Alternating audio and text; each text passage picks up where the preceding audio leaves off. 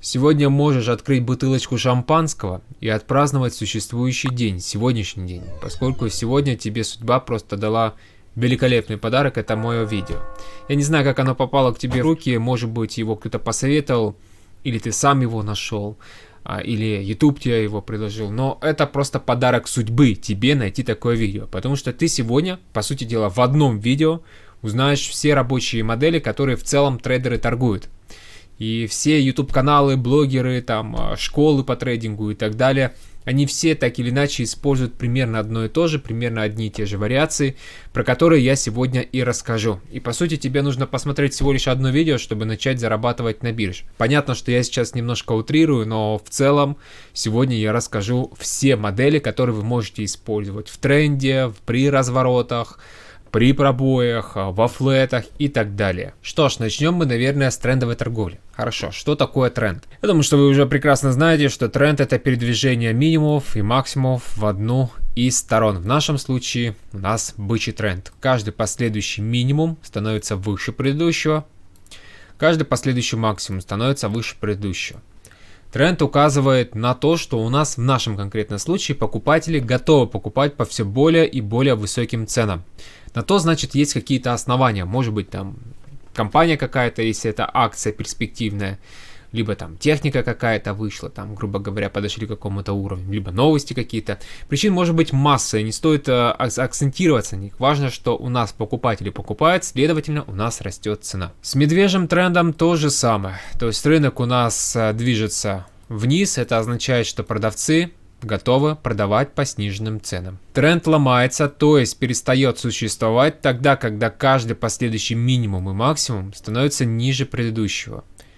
Вот в данном случае мы можем сказать примерно вот здесь о том, что тренд у нас сломался. Здесь у нас теперь каждый последующий максимум ниже предыдущего, каждый последующий минимум ниже предыдущего. Однако в случае, если рынок по каким-то причинам пробивает предыдущий, в моем случае, минимум на растущем тренде, либо максимум на падающем тренде, у нас такая ситуация с подвохом. То есть мы должны смотреть, где будет дальше следующий максимум. Если следующий максимум будет ниже предыдущего, значит с огромной вероятностью тренд начинает разворачиваться. Если максимум будет выше предыдущего, значит тренд у нас продолжается, это был ложный пробой, и опасаться ничего не стоит. При подобных движениях мы всегда стараемся найти небольшое колено для того, чтобы зайти по тренду. Вот здесь вот, собственно говоря, купить.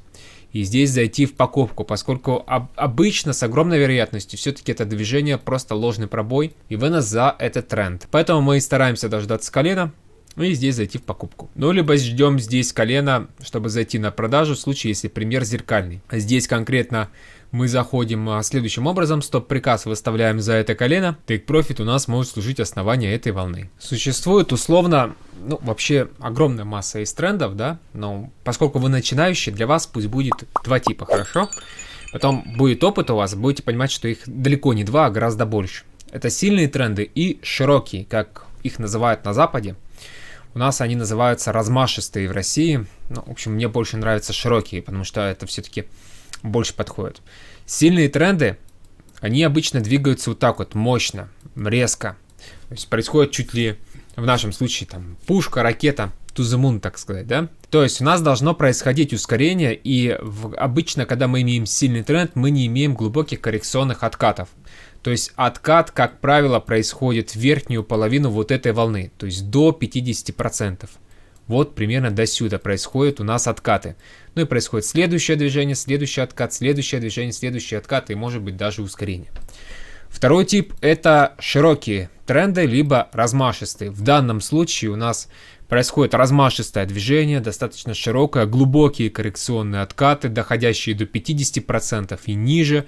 И последующее движение, опять глубокие коррекционные откаты до 50% и выше и так далее. Вот пример сильного тренда. Я показываю на примере часовика. И вот пример сильного тренда. Здесь важный момент. Таймфрейм не имеет никакого значения. То есть вы можете это увидеть и на часовике, и на 5-минутке и так далее. Это везде работает. Но давайте без шизы. Вряд ли это будет работать на годовых графиках, там, на квартальных графиках и так далее. И также вряд ли это будет работать там на секундных графиках. Вот давайте что-то среднее, там час, 5 минут, там 3 часа, дневка. Это работает. Здесь пример сильного тренда. Обращаем внимание, что тут у нас происходит волна. Здесь вот, пожалуй, единственный глубокий откат, это вот этот глубокий откат. До этого у нас были откаты в верхнюю границу. Вот движение, здесь вообще плоский откат. Вот движение, здесь откат до 50%. Вот движение, тоже откат до 50%. Это сильный тренд. Это криптовалюта, это биткоин. В основном криптовалюты торгуются сильными трендами. Это связано, конечно же, со спецификой данного инструмента. И если мы обратим внимание, здесь каждое трендовое движение, оно именно такое вот сильное. Вот у нас прорыв, плоский откат, прорыв, плоский откат, потом откат глубокий более-менее, да. Потом опять прорыв, плоский откат, прорыв, плоский откат, прорыв, плоский откат.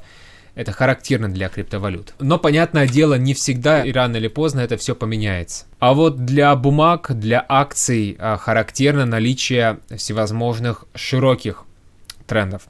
Вот перед вами один из примеров широкого тренда. Мы имеем движение, откат, более-менее движение. Здесь откат уже более такой коррекционный.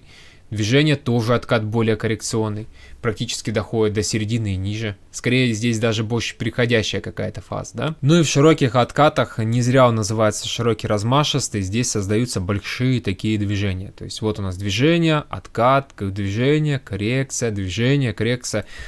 Создаются прям большие такие массивные движения, на которых можно зарабатывать. Если мы опять-таки сравним это движение с тем же самым биткоином, который мы смотрели, то здесь в принципе откаты очень маленькие и не создается такие движения. То есть тут прострел, небольшая пила, прострел, небольшая пила.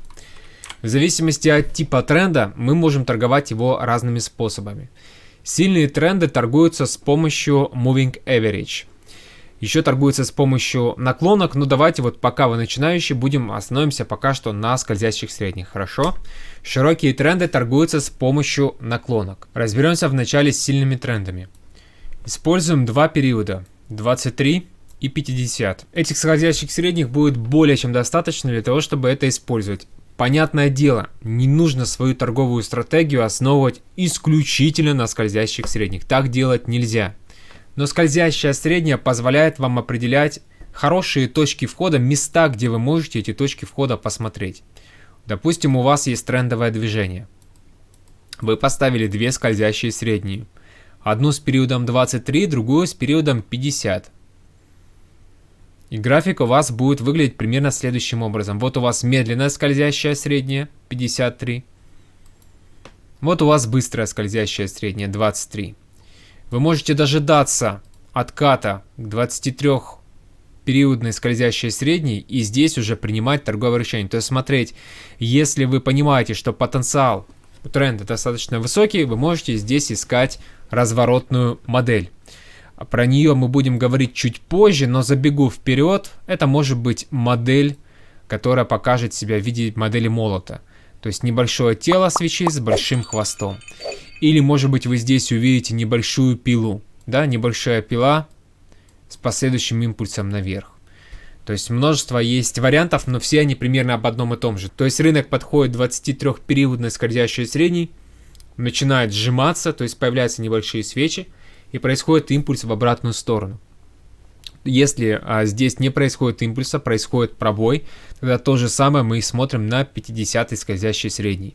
Если и здесь есть пробой, тогда уже смотрим уже по ситуации, да, пытаемся понять, понимаем, что, скорее всего, рынок у нас уже немножко поменялся. Вот то, что я сейчас нарисовал, пожалуйста, сфотографируйте вот эту вот схему. Пусть она у вас будет перед глазами, чтобы вы понимали вообще, в принципе, что ждать, да, то есть давайте я здесь также нарисую. Вот примерно подобное. Мы также ожидаем, соответственно, ретест. Сфотографируйте или сделайте скриншот, пожалуйста, чтобы это все потом не потерять. Потому что знаете, как мы обычно смотрим, а потом хочется пересмотреть и думаешь, боже мой, да куда же я, собственно говоря, это дел? И так и не можешь найти. Поэтому сфотографируйте заранее. Я сейчас буду показывать примеры на истории своим хейтерам, которые каждый раз, когда я показываю примеры на истории, пишут мне в комментариях, что так, мол, так, покажи это все на реальных счетах. уже давно показываю, уже не первый год. На моем канале есть целый плейлист с моими реальными сделками с реального счета, где я показываю непосредственно свои результаты торговли, и также у меня есть торговый отчет за 5 лет. То есть с графиком доходности, как я зарабатывал, с объяснением и так далее, и так далее, и так далее. Можете перейти, вот здесь будет подсказка и ознакомиться. Это видео не рекламное, оно обучающее, поэтому, чтобы вам было проще понять, я это показываю на истории. Я не собираюсь здесь красоваться, как я хорошо торгую и так далее. Для этого у меня есть отдельный плейлист и отдельный формат. Итак, перед вами сейчас открыт биткоин, и здесь добавлены две скользящие средние с разным периодом. Период скользящей средней 23 показан красной линией. Скользящая средняя с периодом 50 указана синей линией. И мы видим, как тренд развивается как раз таки отбоями от 23 скользящей средней. При ее пробое он доходит до 50 и делает точно такие же отбои. Ваша точка входа может быть вот здесь. Мы еще раз напомню вам нашу формацию, которую мы торгуем. То есть небольшую такую формацию и последующий рост. Вот эта формация, вот эта формация, вот эта формация. У скользящих средних есть минус. Они великолепно работают, когда рынок находится в тренде, но начинают приносить убытки, когда рынок уходит в фазу флета. Поэтому все-таки, что такое тренд и флет, вы должны в этом разбираться и хотя бы должны понимать, что сейчас происходит. Если вы видите, что у вас каждый последующий минимум и максимум, то есть у вас произошел пробой 50 скользящей средней, тогда уже не торгуйте, пожалуйста, это, смотрите за рынком, да. То есть мы ожидаем ретеста какого-то, что-то в этом духе, но если мы видим, что у нас произошел пробой двух скользящих средних, не торгуйте, фильтруйте это и смотрите, что будет дальше, потому что с огромной вероятностью рынок дальше будет переходить вот в такой боковик. И здесь, понятное дело, огромное количество ложных сигналов. Вы бы здесь много денег потеряли, если бы вы пытались дальше торговать по тренду. Но мы видим, как только рынок уходит в трендовое движение, а мы это понимаем по передвижению минимумов и максимумов, у нас рынок начинает снова давать откаты. Вот дал откат, вот дал откат. И вот здесь опять происходит то, что я говорил, то есть пробой двух скользящих средних, опять появляется боковик. Рынок пробивает, и обратите внимание, как пошло последующее движение. То есть вот у нас откат, вот у нас откат, вот у нас откат от 50. Широкие тренды торгуются с помощью наклонных линий. Модель входа точно такая же, только вместо скользящих средних мы находим место, где мы можем поставить наклонную линию. Вот подобным образом. Ждем движения к этой наклонной линии. И вот здесь, вот на этой наклонной линии, вот здесь, мы ожидаем появления нашего сигнала. И заходим, соответственно, в сделку. Широкие тренды характерны для, в основном, западных рынков. На российском рынке в связи с этими всеми событиями, конечно, такое происходит очень редко. Но тем не менее происходит. На западных рынках, поскольку там особо толком-то ничего не произошло, для них это характерно. Но я более чем уверен, просто не знаю, когда я впрок видео записываю, поэтому не знаю, когда буду выкладывать это видео. Может быть, на нашем рынке уже опять стали появляться такие широкие размашистые тренды. Они сейчас, в принципе, появляются, но очень редко. А вот на западных постоянно. Откроем акцию Apple. Для того, чтобы нам построить наклонную линию, нам нужно минимум 3 минимума. Минимум 3 минимума для бычьего тренда, либо максимума для медвежьего тренда. Вот у нас пример. 1, 2, 3. Или 1, 2, 3 можно вот так вот поставить. Ну и здесь, понятное дело, тут интуитивно, я думаю, понятно, да, когда вы поставили эту трендовую линию, вы ждете движения к этой трендовой линии, и вот у вас сигнал. То есть, давайте я приближу. Я вам приближаю для удобства. Пожалуйста, сами так не делайте. То есть не нужно вот так вот смотреть пристально пару свечек, да, вам нужно всегда смотреть общую картину. Вот мы видим эту модель. То есть мы видим движение к этой наклонной линии, появление здесь хвостика с последующим движением. Еще раз говорю, я вам увеличиваю для удобства вашего, чтобы вам глаза не сломать. Сами вы, когда будете торговать самостоятельно, пожалуйста, смотрите вот так вот. Ну, когда вам нужно будет что-то детальнее посмотреть, тогда приблизите. Но вам нужно смотреть общую картину, не нужно смотреть пару свечек, это ошибка. Ну и, соответственно, трендовые линии мы торгуем на отбой и также торгуем на пробой. Пробой торгуется следующим образом. У нас рынок пробивает этот уровень. После этого делает к нему откат с обратной стороны и валится вниз. Вот пример пробоя. И здесь важно сделать такой комментарий. Как вы видите, здесь пробой происходит не так, как я его нарисовал, то есть не четко пункт в пункт и так далее. Не будет так. Всегда рынок будет перелетать немножко, не долетать. Это абсолютно нормально. Важно, что мы имеем какую-то область, да? Это не какая-то линия, это именно область, где что-то будет происходить. О чем нам это говорит? Нам это говорит о том, что все вот эти покупатели, которые здесь заходили в покупку, здесь заходили в покупку, здесь заходили в покупку. Ведь когда вот мы находились вот в этой точке, что здесь понятно? Хочешь зарабатывать, нужно покупать. Ты уже видишь, что вот эти покупатели, которые вот здесь покупали, что они уже находятся, ну, в деньгах, так сказать, и причем с хорошими деньгами. Что ты будешь делать? Точно так же здесь покупать. А теперь, если рынок по каким-то причинам, например, из-за того, что все, кто хотел купить, они уже зашли в покупку, либо из-за того, что вышли какие-то негативные данные, там, новости, еще что-нибудь, начинает валиться вниз, что будут делать все эти покупатели? Что конкретно вы будете делать, если вы зависли в убыточной позиции? Будут выходить из позиции, конечно, и это вызовет хорошее движение вниз. И после пробоев трендовых линий, как правило, происходят очень хорошие глубокие коррекции, на которых точно так же появляются свои тренды. Вот здесь, если мы обратим внимание, точно так же появляется размашистый тренд.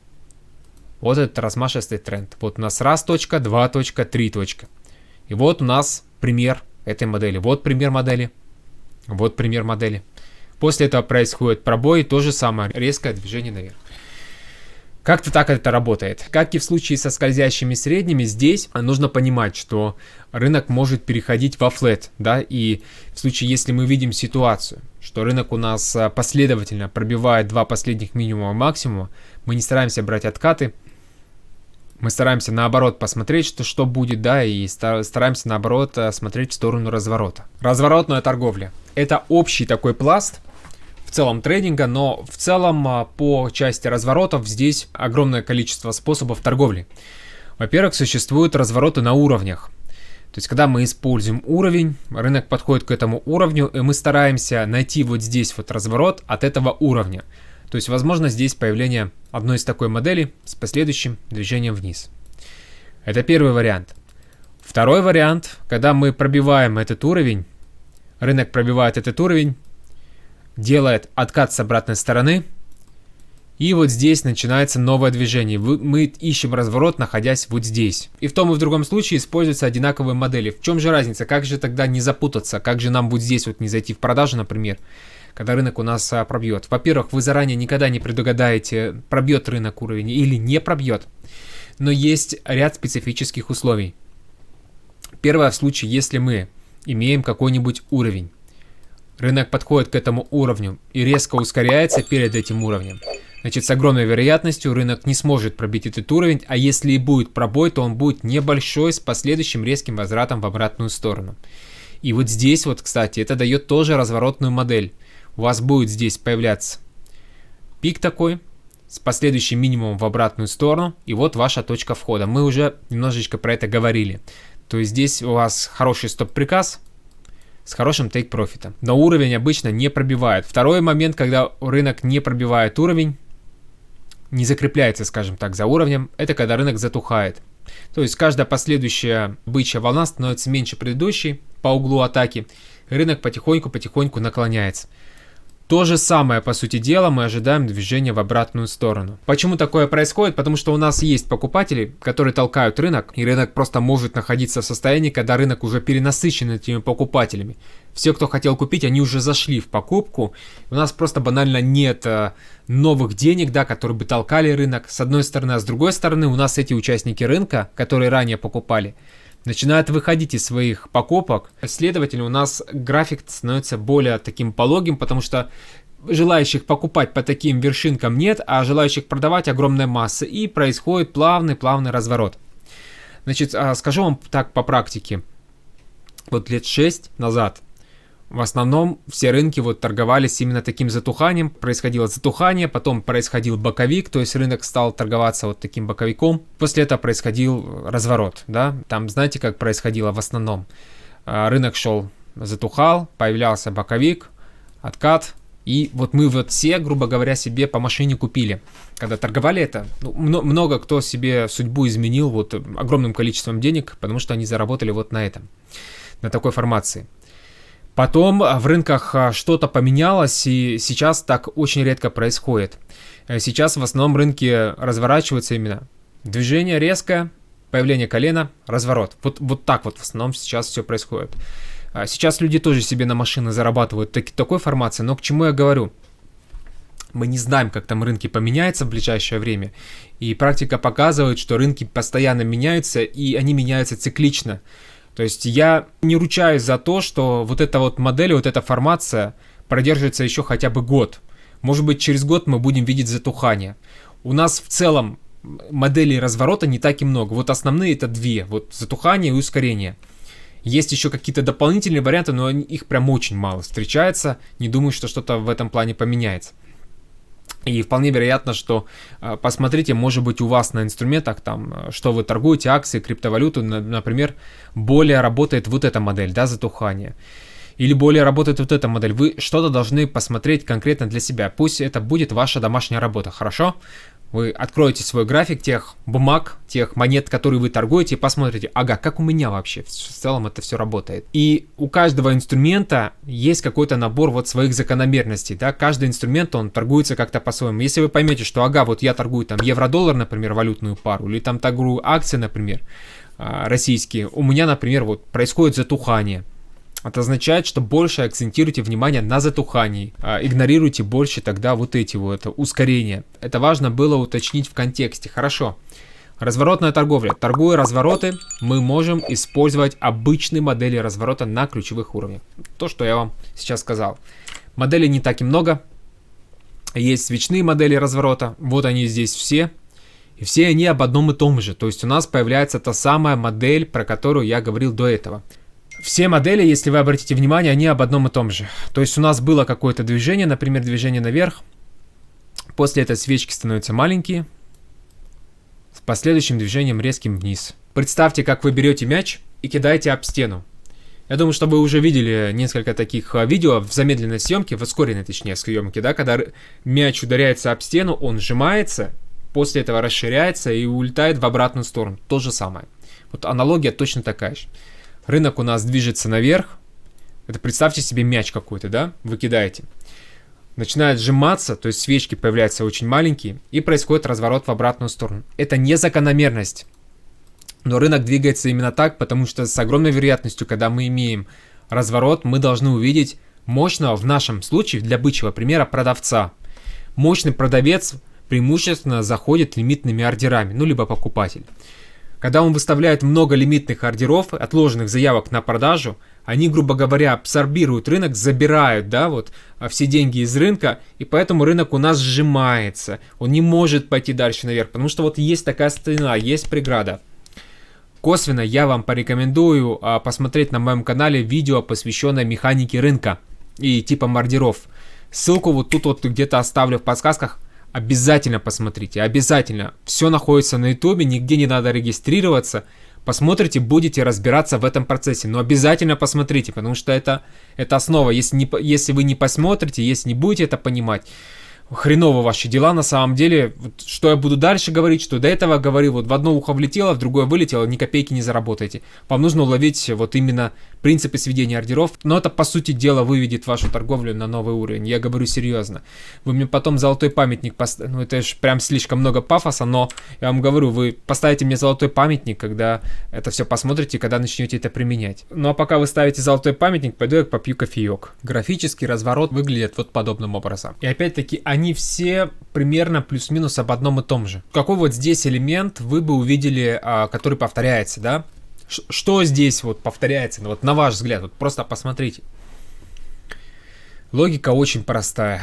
Здесь мы видим каждый последующий максимум, минимум ниже предыдущего. Вот здесь мы видим максимум, максимум, минимум, минимум. Вот у нас минимумы. И максимум понижается. Здесь то же самое, да? Здесь то же самое. Об одном и том же, везде об одном и том же. Вот у нас минимум, максимум, минимум, максимум, минимум, да? Здесь то же самое. Об одном и том же. Вообще, в целом, если хотите понять тренд и развороты, потому что в основном все деньги делаются на разворотах. То есть я в основном, я, по крайней мере, и мои коллеги зарабатывают в основном на разворотах. И если вы посмотрите плейлист с моими сделками, вы в этом убедитесь. То есть в основном разворотная торговля. Если хотите понять, вот просто представьте, вот у меня в руках бумажка. Да, это вот тренд, это бычий тренд. Давайте мы попытаемся его сломать. И вот у нас появляется куча разворотных моделей. Вот у нас разворотная модель, вот, да. Сравните с тем, что вы видите на экране, да, и с тем, что я вам показываю. Видите, у нас куча разворотных моделей. И дело не в закономерности, а в том, что рынок, он по-другому не может развернуться. То есть он же двигается волнами. И поэтому, когда вы волну просто пытаетесь развернуть, у вас появляются разные модели. Вот, в общем-то, и все. Это не потому, что что-то там рисуют, или там кукол, там еще там масоны какие-то, еще что-то в этом духе. Нет. Просто модели разворачиваются, волны разворачиваются, поэтому у нас появляются такие модели. Постарайтесь, пока вы начинающий, торговать вот эти модели. Ну, в том числе и зеркальный, да, пример. Вот эти модели. Вот эти модели. Они наиболее, ну, больше всего денег вам принесут. Ну, вот это еще под вопросом, но вот эти вот 3 модели, они очень неплохо работают. И также здесь почему-то нет этой модели. Ну, я вам ее нарисую. Это вот движение, резкое движение наверх, появление колена. Здесь вы заходите. Рабочая модель. Много людей на этом деньги заработало, зарабатывает и, мне кажется, будет зарабатывать, ну, пока рынок дает эту возможность. Можете открыть любой свой инструмент, свой график, и на основании того, что я вам рассказал, просто посмотреть, просто понаблюдайте свои развороты. Вот как вы видите у себя на графике развороты. Вот, смотрите, вот у нас разворот, да? Вот у нас восходящее движение, вот у нас направленное движение. После этого откат, вот у нас появляется колено. Да, вот у нас эта модель, которую я нарисовал. Вот у нас эта модель. Это работает и в одну, и в другую сторону. Вот у нас эта модель. Да, такая кривая коса, и рынок далеко не пошел, но тем не менее. Вот у нас эта модель. Движение вниз, откат, движение вниз, откат, откат. И видим минимум-максимум выше предыдущего, да, и происходит направленное движение. Кстати, по-моему, вот здесь вот я как раз-таки сделку и брал. У меня на канале будет запись этой сделки, если я не ошибаюсь, но могу ошибаться. Почему могу ошибаться? Потому что везде все, черт возьми, одинаковое. Думаешь, что я на медне торговал крипту, а потом смотришь, что по крипте вообще ничего не делал, а торговал другие инструменты. Торгуется здесь следующим образом. Выставляете уровни с высокого таймфрейма. К таймфрейму мы подойдем чуть-чуть подальше. Дальше после этого, вы выставив поддержку сопротивления, вы ожидаете движения и вы ожидаете прорыва этой области поддержки сопротивления. После этого далее вы ожидаете откат и здесь пытаетесь зайти в покупку. То же самое, только в отдельный блок в презентации. Ну, то же самое, что я говорил в первом блоке презентации, вот то же самое здесь. Просто мы немного вынесем это в отдельный, так сказать, блок. Здесь что важно понимать?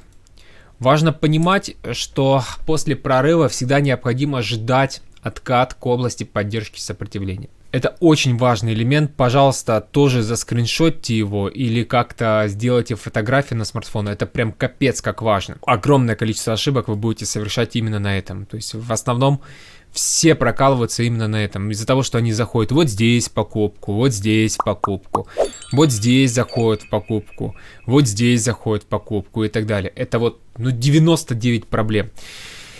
И я даже понимаю, почему, потому что психологически проще покупать, когда цена уже выросла. Ну, ты уже видишь, что цена выросла, не так страшно. Но на самом деле покупать нужно тогда, когда падает. Вот когда падает и уже упала, тогда нужно смотреть в покупку, да, то есть покупку нужно смотреть вот здесь. Или вот здесь, вот где-нибудь дальше, пониже, но никак не в этой области. Давайте я зачеркну вот эти стрелочки, и вы это заскриншотите. Чтобы вам было понятнее, что тут мы не заходим, мы заходим вот в этих местах. Точно так же в этом месте мы ожидаем разворотной модели. Это либо та разворотная модель, которую мы вот буквально секунду назад смотрели, либо мои любимые снижение размера свечей с последующим импульсом, да? Что-то одно можете увидеть, можете сконцентрироваться на одной какой-то модели. Нет чего-то правильного, неправильного, здесь опять-таки все будет зависеть от рынка. Также здесь возможно появление всевозможных рыночных формаций. То есть может произойти, например, прорыв вниз, прорыв этой области поддержки сопротивления. После этого возврат, после этого еще пролив. И быть вот такая, например, формация. Вот такая формация еще может быть. И важный момент, все-таки мы имеем всегда диапазон поддержки и сопротивления. То есть вы определили место, поставили уровень, мы всегда предполагаем наличие диапазона. То есть это не четкий какой-то уровень, четкая какая-то цена. И если мы сейчас обратимся к графику, допустим, вот я поставлю здесь область сопротивления. Вот у меня здесь область сопротивления. Это означает, что для входа в сделку я буду мониторить вот эту всю область. Вот эту всю область. То есть, если я найду сигнал, например, вот здесь, он будет иметь точно такую же силу, если бы я сигнал нашел вот здесь, чуть-чуть повыше, или вот здесь, вот чуть-чуть повыше. Мы всегда имеем небольшой запас движения, и это важно учитывать. Потому что мы не имеем никакого четкого уровня, за редким исключением. То есть на каких-то мало таких вот подвижных акциях, да, действительно будут какие-то четкие уровни, но на тех инструментах, на которые вы будете торговать, скорее всего, этих уровней четких не будет. Размер области зависит от того, что конкретно вы торгуете. Здесь важно вам посмотреть на рынок и посмотреть, какие в среднем у вас свечи. Вот у меня свечи в среднем здесь вот, ну, грубо говоря, вот такие, да, вот такие по величине. Это означает, что выделяя область поддержки сопротивления, мы выделяем как раз-таки вот этот вот диапазон. И сейчас происходит прорыв практически в прямом эфире. Что касается, как правильно выставлять область поддержки и сопротивления. У меня на канале есть отдельный вебинар, который посвящен этому. То есть непосредственно вы узнаете вот детали, грубо говоря. Но в целом все сводится к тому, чтобы находить места, где цена резко развернулась в противоположную сторону. Вот у нас область поддержки, например, вот здесь находится. Видите, как у нас цена двигалась вниз, после этого резко развернулась в обратную сторону. Вот минимум будет являться областью здесь поддержки. То есть эта область как бы поддерживает цену, да? Дальше цена растет, доходит до какой-то точки, происходит резкий разворот в обратную сторону. Вот у нас здесь область сопротивления. Дальше цена растет, доходит до какой-то точки и снова разворачивается. Вот у нас здесь область сопротивления. Разворачивается, и здесь у нас область поддержки. То есть дело не хитрое. Единственный нюанс, почему я говорю, потому что вам желательно, конечно, посмотреть вебинар. Проблема кроется в том, что у вас будет большое желание, если вы начинающий, выставлять огромное количество поддержек сопротивления. И с огромной вероятностью, рано или поздно, открыв график, вы увидите, что у вас и здесь захочется поставить область, и вот здесь. И вот здесь что-то захочется поставить, потому что здесь же тоже было движение в обратную сторону. Так вы деньги никогда не заработаете. Вам необходимо выделять самые крупные волны. Самые крупные. Смотреть хороший разворот.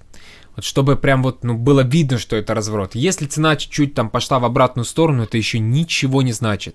Поэтому выделяйте очень хорошие развороты, очень большие волны берите. Вот, например, максимум, вот минимум можете выделить, но какие-то промежуточные варианты лучше не использовать. Либо использовать очень-очень осторожно. То есть давайте еще раз. Прорывы мы торгуем только в том случае, если этот прорыв уже произошел. То есть произошел прорыв, ждем отката, на откате ждем одну из разворотных моделей. Вот такую модель, либо вот такие какие-то модели, какие-то формации. Что-то ждем одно. Никогда мы не заходим заранее в прорыв, не заходим мы с ожиданием, что рынок пробьет и пойдет там дальше. Мы не заранее это не знаем. Мы можем сказать только по факту, что вот произошел прорыв, да, и его уже как-то отторговывать. Заранее мы не заходим. Важный элемент, пожалуйста, тоже где-нибудь подчеркните это очень важно. Торговля консолидацией. Как торгуются консолидации? Консолидации вообще постарайтесь не торговать. И в целом, вот, если есть что на рынке торговать, кроме консолидации, старайтесь торговать что угодно, только не консолидацией. Но если все-таки консолидации широкие, тогда, в принципе, еще можно как-то что-то где-то придумать. Давайте я вам покажу несколько примеров. Смотрите. Вот, предположим, у вас есть консолидация. Консолидация, она же боковик. Здесь мы имеем движение в одном диапазоне. То есть минимум и максимум у нас находятся примерно плюс-минус в одном диапазоне. Я говорю примерно, потому что в консолидациях есть большой недостаток. Вы всегда будете иметь выбросы за эту консолидацию. Этим они и плохи. Тем, что здесь всегда есть вынос за консолидацию. И более того, вы никогда к этому заранее не предугадаете, что это конкретно. Например, вы поняли, что здесь у вас консолидация, и хотите вот здесь зайти в покупку. Как бы зашли в покупку, поставили свой стоп-приказ, с вас выбило по стоп-приказу. В следующий раз вы думаете, ага, тут выбивает постоянно по стоп-приказу, тогда я буду здесь заходить в продажу и стоп просто не поставлю. В итоге рынок пробивает, например, этот уровень, вы где-то здесь еще раз заходите, ну как бы усреднить свою среднюю входа, стоп не ставите в ожидании, что произойдет сейчас разворот. В итоге рынок улетает. И вы никогда не сможете сказать, вот этот пробой, который произошел, это ложный пробой? Или все-таки это истинный пробой? Есть набор специфических, конечно, признаков, которые, ну, как бы на это могут указать косвенно. Но вот так вот прямо достаточно проблематично. Это первый нюанс. Второй нюанс консолидации в том, что они, как правило, узкие. Вот кажется, что здесь широкая консолидация, да? Но по факту смотрите, что получается. По факту, во-первых, если мы отсеем вот эти ложные выносы, у нас уже консолидация превращается вот в такую вот небольшую. Следующий момент. Хорошо, мы поняли, что вот у нас здесь есть область покупок, а здесь у нас есть область продаж. Ну как об этом учат в онлайн-школах всяких, да? Что происходит? Вот здесь вы хотите где-то зайти, например, в продажу. Отложенным ордером вы 100% заходить не будете, но если будете заходить, еще как бы бог с ним. Будете, например, ожидать чего-то, да? Например, какого-то паттерна, какого-то сигнала. Заходите здесь, например, в продажу. Пока вы сообразили, пока вы поняли, что здесь нужно заходить в продажу, пока нажали на кнопку, в итоге вы уже в середине этого боковика. И в итоге рынок не позволяет вам здесь заработать. У вас здесь, по сути дела, очень плохое соотношение риска к прибыли. Вы рискуете, грубо говоря, $1, чтобы заработать, ну там $0.50 в лучшем случае, там, либо $1.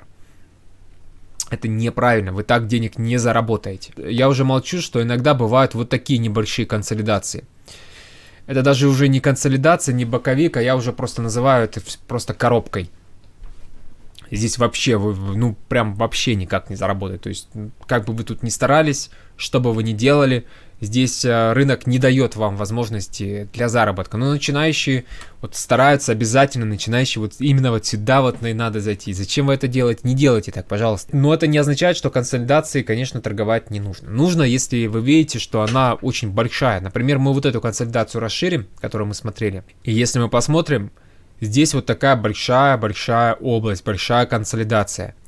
И здесь еще можно каким-то образом как-то поторговать сверху, снизу, что-то, в общем-то, поделать. Как торгуются консолидации? Ну, давайте мы подытожим, что когда мы торгуем консолидации, мы стараемся их не торговать, исключение только большие консолидации. Как мы торгуем консолидации? Во-первых, о том, что мы находимся в консолидации, мы понимаем по 3 точкам. Вот у нас есть минимум, максимум, минимум, и мы видим, что рынок здесь разворачивается. Все, вот с этого момента мы понимаем, что мы находимся в консолидации, что у нас здесь есть боковик. После того, как мы поняли, что здесь есть боковик, у вас не так и много времени, чтобы на этом заработать. Обычно рынок делает 1,5-2 взмаха и происходит разворот. Иными словами, здесь будет вот такое движение.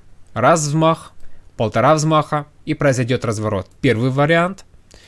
Либо у вас будет раз взмах, 2 взмах и произойдет разворот. Грубо говоря, время ограничено очень. Поэтому если вы застали консолидацию в уже поздний период, когда вы увидели тут 3-4 взмаха, особо не радуйтесь, потому что с огромной вероятностью консолидация сейчас уже начнет расторговываться. Потому что к этому моменту, пока вы уже поняли, что здесь консолидация, уже позиция у крупных денег, она уже набрана. А консолидации в основном создаются крупными деньгами. Естественно, вы будете с ними конкурировать, а они не хотят, чтобы вы конкурировали, они хотят, чтобы деньги теряли, и они сделают все для этого, чтобы вы их потеряли. Поэтому очень осторожно нужно к этому находиться. Итак, вы застали в этот момент рынок.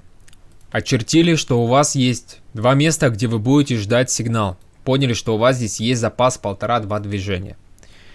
Дальше. Где здесь заходить? Понятное дело, что здесь мы заходим на границы, но при этом на границе нам важно дождаться сигнал.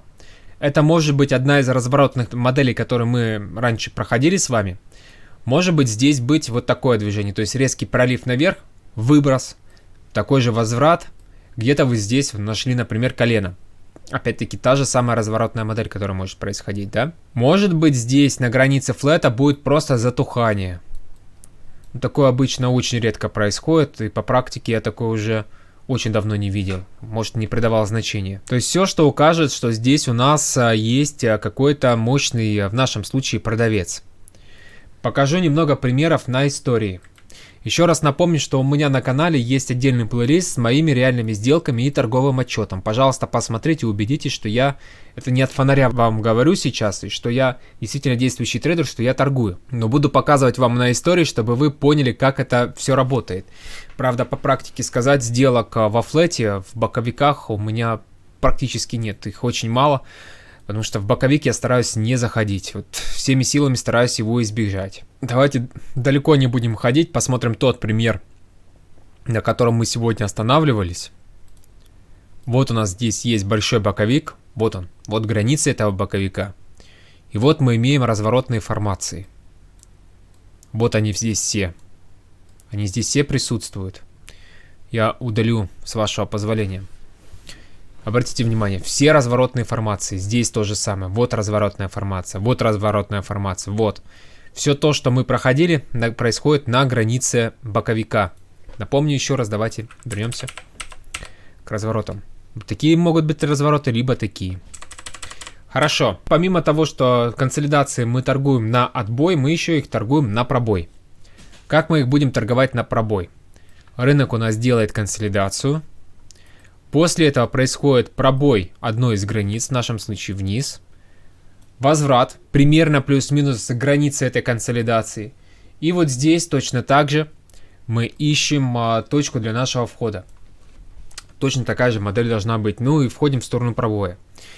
Я уже говорил в этом видео о том, что у нас очень много людей заработало вот именно на такой торговле. То есть, когда останавливается тренд, рисует боковик, происходит пробой, происходит откат и пошло движение. Это и сейчас происходит, но в меньших масштабах. Давайте я с вами открою. Вот у нас та же самая консолидация. Вот это. Консолидация, напомню. Происходит прорыв этой консолидации. Возврат к ней с обратной стороны. И после возврата, на конце возврата мы видим эту модель. Ну, модель, собственно говоря, разворота.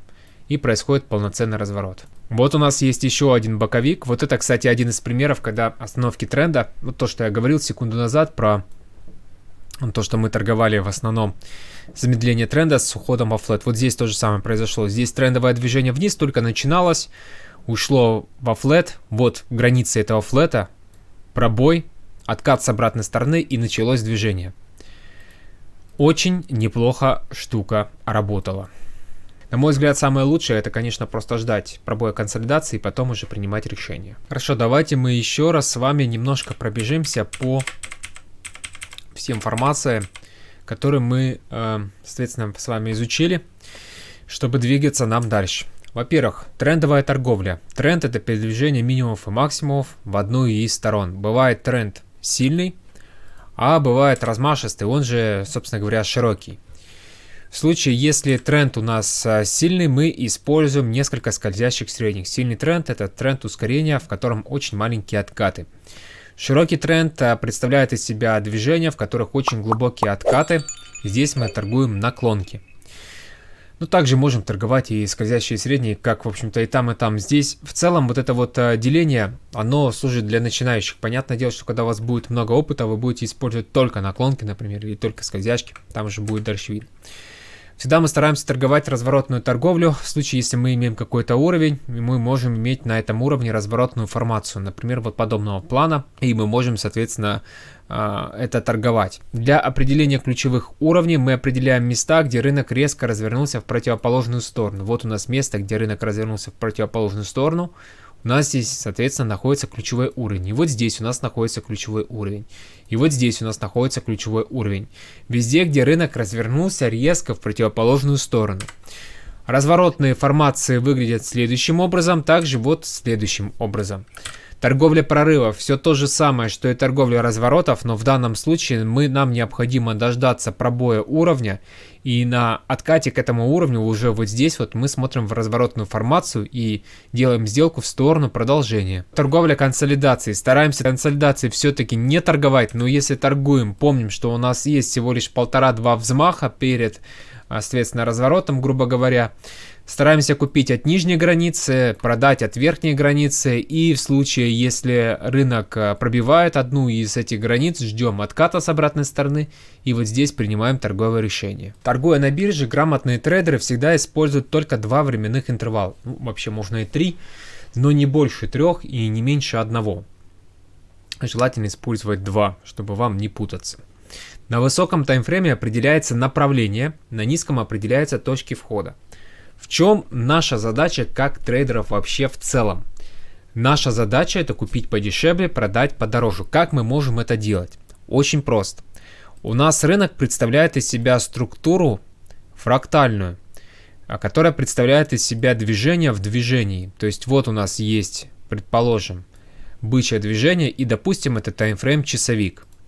В то же самое время, если мы откроем, например, 5 минут, мы обратим внимание, что у нас здесь есть тоже свои какие-то волны, подволны, какие-то свои движения.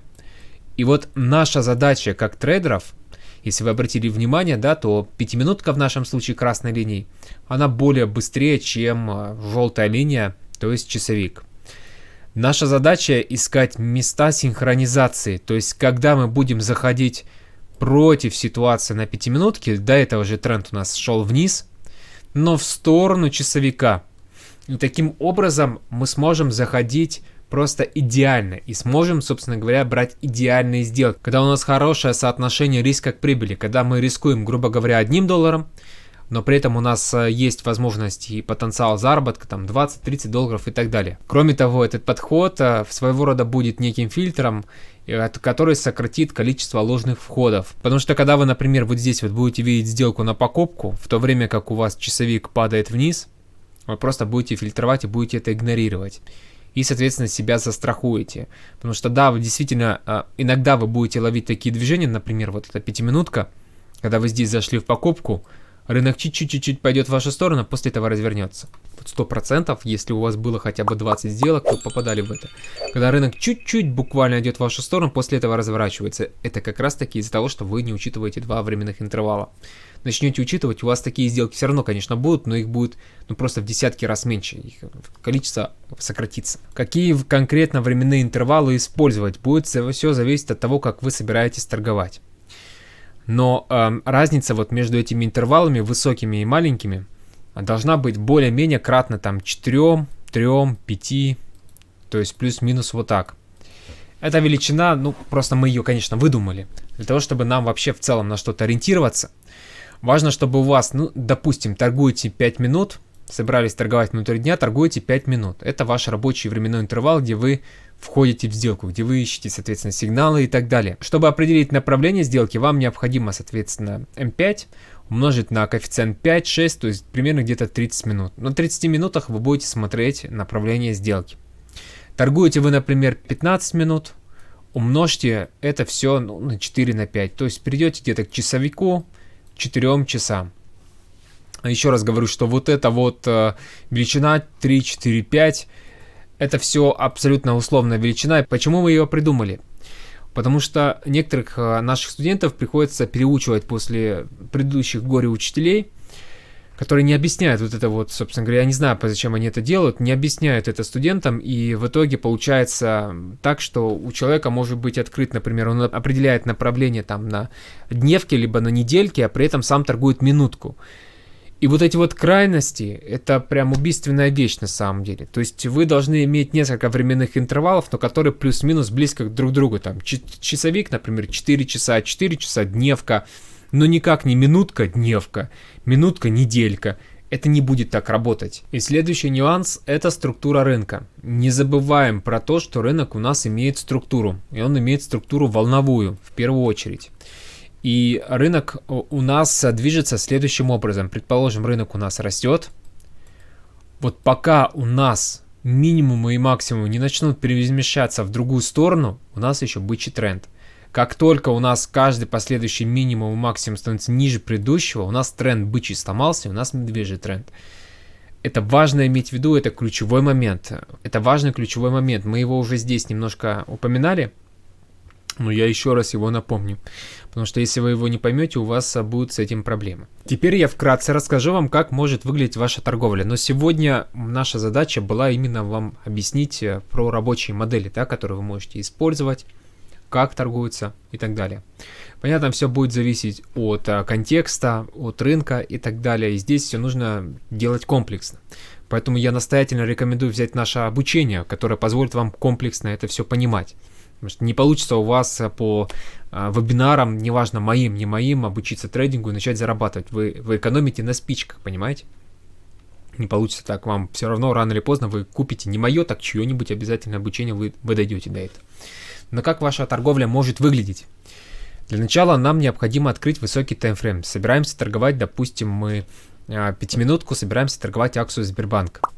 Мы открываем часовик, первым делом начинаем смотреть общую картину. Прошу обратить внимание, что сколько историй я здесь открыл. Мне необходимо посмотреть как минимум несколько дней, да, чтобы определить, что здесь происходило. У нас здесь был такой достаточно широкий размашистый тренд. Вот он. Рынок двигался довольно неплохо. Сейчас мы пробили этот тренд, и у нас есть серия перевешающихся минимумов и максимумов в обратную сторону, но при этом максимум у нас вот здесь вот еще не сформировался, поэтому не все еще потеряно. Может быть, у нас будет такой рывок и пойдет движение, да? Но пока что мы имеем такой знак вопроса. Хорошо, первым делом, вот держим это в голове. Значит, как я собираюсь торговать, если у нас знак вопроса? Это означает, что я буду торговать очень осторожно, постараюсь торговать все-таки в сторону продолжения, поскольку у нас тренд еще не поменялся, мы стараемся торговать в сторону дальнейшего продолжения. Теперь определяем области поддержки и сопротивления. Выделяем вот здесь область поддержки. Вот у нас еще область, соответственно, поддержки. Вот у нас область сопротивления. Далее переходим на небольшой временной интервал. В нашем случае это будет 15 минут. Перешли на 15 минут. И здесь мы видим нисходящий тренд. Соответственно, у нас есть следующий сценарий. Первый сценарий у нас будет сценарий торговли на отбой. Потому что у нас здесь есть нисходящий тренд, и у нас есть идея, что здесь будет формироваться новый максимум, и тренд у нас развернется. Как мы можем это понять? В случае, если рынок дойдет до этой точки, начнет здесь топтаться, либо появится разворотная модель. Мы постараемся здесь, соответственно, продать, если будет разворотная модель. Если разворотной модели все-таки не будет, и рынок у нас пойдет дальше штурмовать верха, тогда мы подождем пробой, отката, и здесь будем уже торговать в сторону пробоя, то есть будем торговать пробой. Вот несколько сценариев. Соответственно, наша точка входа может быть здесь точно так же, до цели вот здесь. Ну и в случае, если здесь все-таки будет боковик в будущем, то есть у нас должно быть несколько еще волн, то есть должна пойти волна вниз, здесь какой-то будет боковик. И если такое будет, тогда уже будем предметно смотреть вот здесь точку входа, либо вот здесь точку входа. Вот у нас есть вероятности дальнейшего движения. Заметим, это в корне отличается от того, что вы обычно видите у кого-то там, да, в интернете, что вот сейчас туда пойдет, там развернется. Это так не работает и никогда не работало. Вам просто срут в голову, извините за такую фразу. Вас просто обманывают и дурят. Трейдеры, если они торгуют, они составляют такие, в общем-то, вероятности. Они не знают, куда пойдет рынок. Это невозможно. Невозможно предугадать, куда он пойдет даже через пару часов. У нас есть вероятности, мы их выставили, мы ждем, пока рынок дойдет до наших отмеченных целей. И в случае, если он все-таки дойдет до наших отмеченных целей, мы уже будем здесь принимать какое-то торговое решение, смотря, если есть здесь разворотный сигнал или нет. Вот такая торговля в целом происходит у всех успешных трейдеров, которые хоть немного денег на рынке заработали. Все остальное это просто враки. Что, ребята, заходите сейчас, мы дойдем до 150. Да откуда ты, черт возьми, знаешь, что рынок дойдет до туда? Это невозможно знать заранее. Поэтому вы всегда деньги теряете, слушая вот этих проходимцев и негодяев. Делайте сценарии рынка и следите за рынком. Если он все-таки пойдет, прекрасно встанете на сторону, соответственно, победителей. Вот, в общем-то, и все. Как я уже говорил, лучше все изучать в комплексе. То есть стараться, вот одно узнали, второе узнали, третье узнали. Сегодня я дал такое комплексное видео. Оно такое расширенное, получилось достаточно длинным, но оно комплексное. То есть оно освещает много аспектов торговли. Но вот когда я записываю это видео, я понимаю, что даже здесь я многое не осветил. Мы не осветили тему стопов. Мы не осветили тему тейк-профитов, мы не осветили тему разворотов рынка, мы не осветили тему разворотов, я имею в виду тренда и как эти развороты непосредственно торговать, да. Мы не осветили тему непосредственно синхронизации, то есть я вот сегодня дал всего по чуть-чуть, чтобы у вас была почва какая-то под ногами, чтобы вы могли на что-то встать, да. Но, понятное дело, это все не все. Поэтому я вам настоятельно рекомендую, не пожалейте, пожалуйста, денег. Возьмите обучение, изучайте это все только в комплексе. Не надо прыгать от одного видео к другому. Вы так деньги никогда не заработаете. Вы, наоборот, деньги будете терять. И знаете, как очень часто в интернете вы потом в будущем будете очень часто, ну, либо слышали уже такую фразу: самое дорогое обучение на рынках — это самообучение. Не занимайтесь самообучением. Самообучение до добра еще, к сожалению, никого не доводило. Вы должны прийти на рынок с комплексом знаний. И это все должно быть идти в комплексе, в связке. Вы должны все прекрасно понимать. У вас должна появиться в голове структура.